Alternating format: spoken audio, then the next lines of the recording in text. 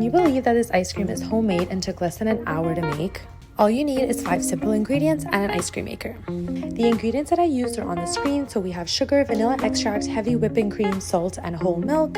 This is the ice cream maker that I'm using. I just have a simple Cuisinart one, but you can use any type of ice cream maker for this recipe. So we're gonna start off with 2 cups of whole fat milk. I used one that has extra protein in it. Then we're gonna do 3/4 of a cup of granulated white sugar. And then we just wanna mix in the sugar and the milk all together. Just whisk it up so the sugar fully dissolves in the milk. After that, we're gonna do 1 tablespoon of pure vanilla extract. We want it to be the real one and not the artificial one. And then you're just gonna do a little pinch of salt, and then once again you're gonna whisk that all together to mix it all up. Now we're gonna do 2 cups of heavy whipping cream, and then we're gonna whisk that all up again, and then the ice cream mixture is ready to go in the ice cream maker. The important thing about using an ice cream maker is that you have to pre-freeze the canister for at least 24 hours prior to use. So once that was pre-frozen, I turned the ice cream maker on, and then I poured the mixture in, and I let it churn for about 45 to 50 minutes. So while the ice cream was churning, I put the ice cream maker away. I took a pack of Oreos and I started to chop them all up.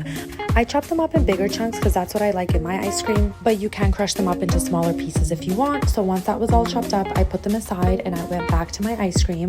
So after about 30 to 40 minutes, you can see that the ice cream is starting to solidify. This is a closer look at the texture. It looks really, really good at this point. And at this point, the consistency is very close to like a soft serve ice cream, as you can see. So at this point is when I started to add in the Oreo pieces. I already tried this recipe before, and I realized that if you add the Oreo pieces in earlier into the churning process, they're all just going to sink at the bottom. They're not going to mix in well. So that's why I wanted the ice cream to solidify a little bit first before putting the Oreo pieces in.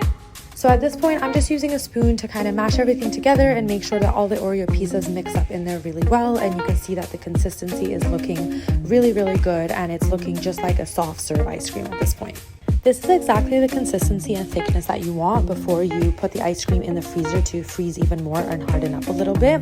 So at this point, it was pretty much ready. So I got a Tupperware and I put the ice cream in there. It is better to have an airtight container. I didn't have one at the time, but I have since bought some because I plan on making much more ice cream now that I've discovered this base recipe. So basically, I just put it in the Tupperware, and then I took some of the little Oreo pieces that were left over and just sprinkled them on top. After this, I just took the Tupperware and put it in the freezer for a couple hours before enjoying some ice cream and a waffle cone. This ice cream ended up tasting delicious. It was better than any sort of store-bought cookies and cream ice cream. So yeah, definitely check out this recipe and let me know if you enjoy it.